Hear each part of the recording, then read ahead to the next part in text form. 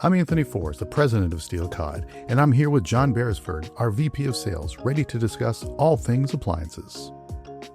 All right, John, this is a great topic. At least one of my favorite topics in terms of I never really considered it until I started selling appliances. And then when I found out the reasons for it, I'm like, this is brilliant. This is really, really great that modern wall ovens do this. And that is they take a long time to reheat. And they just do. And that's kind of the way it is. But I feel like it's something that customers should appreciate rather than finding as a negative part. What do you think?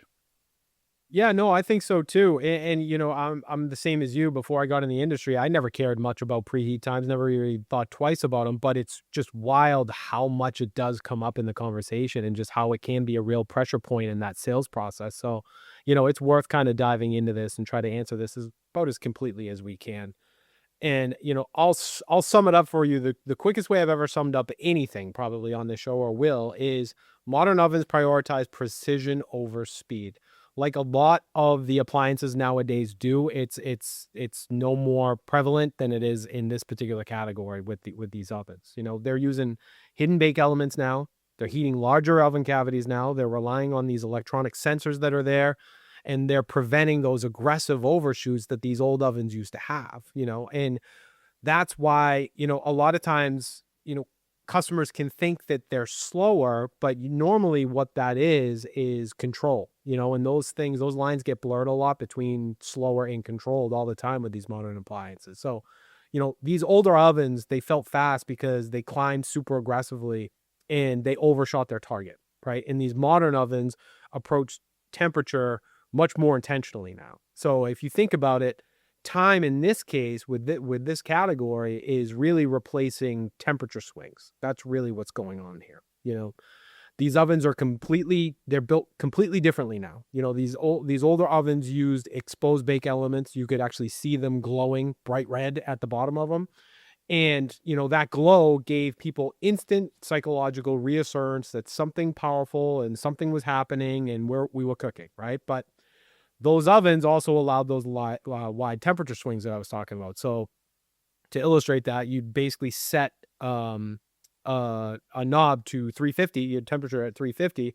It would shoot all the way up to 380. You'd drop it then down to 330, and then it would climb eventually back up again. And then that aggressive climb and overshoot really created their perception of speed for people, but really it was just inconsistent, right? Because the older ovens were less insulated, they lost heat a heck of a lot faster, and they compensated by that by blasting heat more and harder than they were before.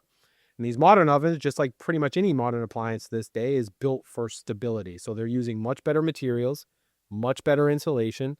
They're regulating temperature much more tightly, and they're approaching that set point in the temperature much more gradually instead of that overshoot that we were talking about before.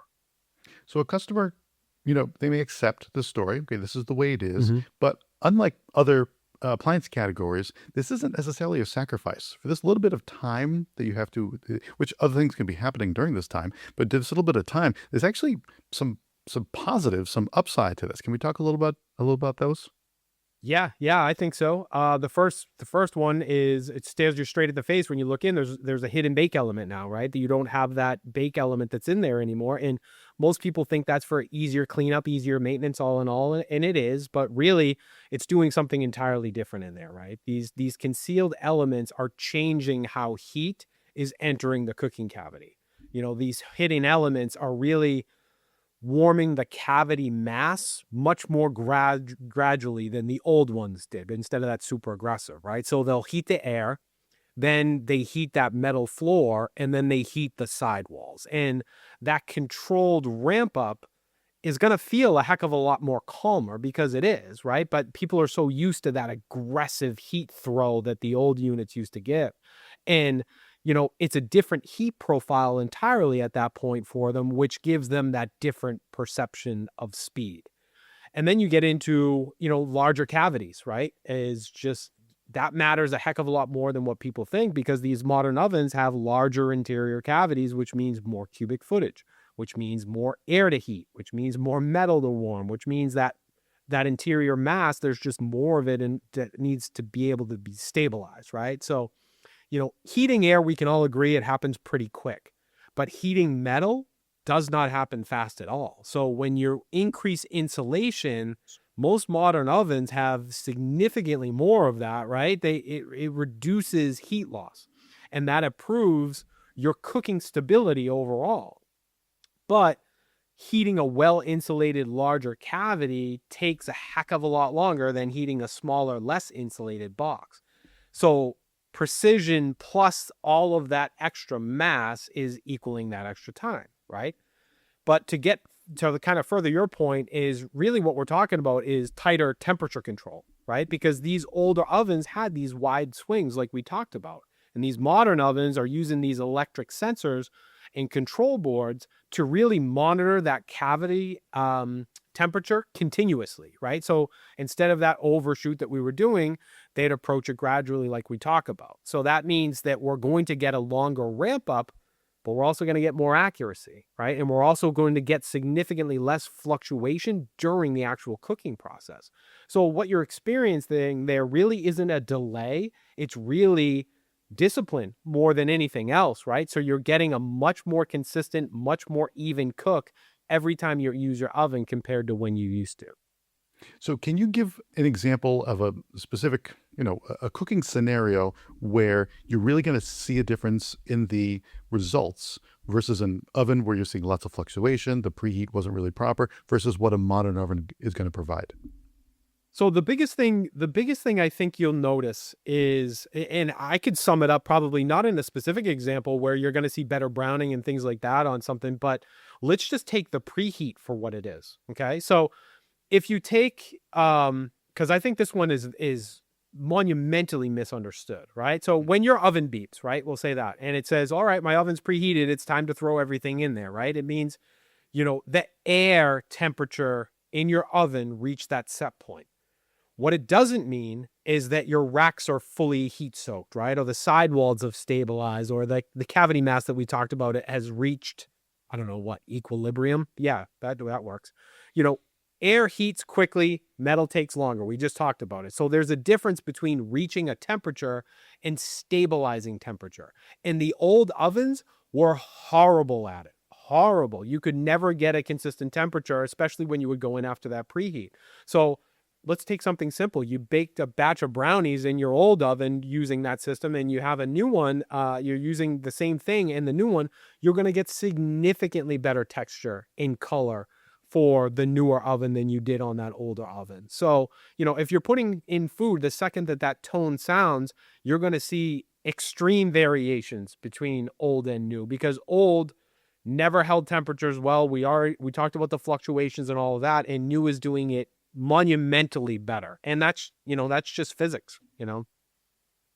So I got a question for you in terms of, let's say you're talking to a customer that accepts this, they use the oven a lot, maybe they bake a lot and whatever, but if they don't have the Sure. budget for an ultra premium oven, that's taking all these variables into account, that's making sure everything's up to temperature. Maybe it overshoots because when it opens the door, it accounts for the loss of air, things like that. But as you go down in cost, a lot of these variables aren't accounted for. Would you tell that customer, if you're looking for 350, preheat to 400 and then cook at 450, would you tell that customer because it's like you want this effect in a maybe less expensive oven?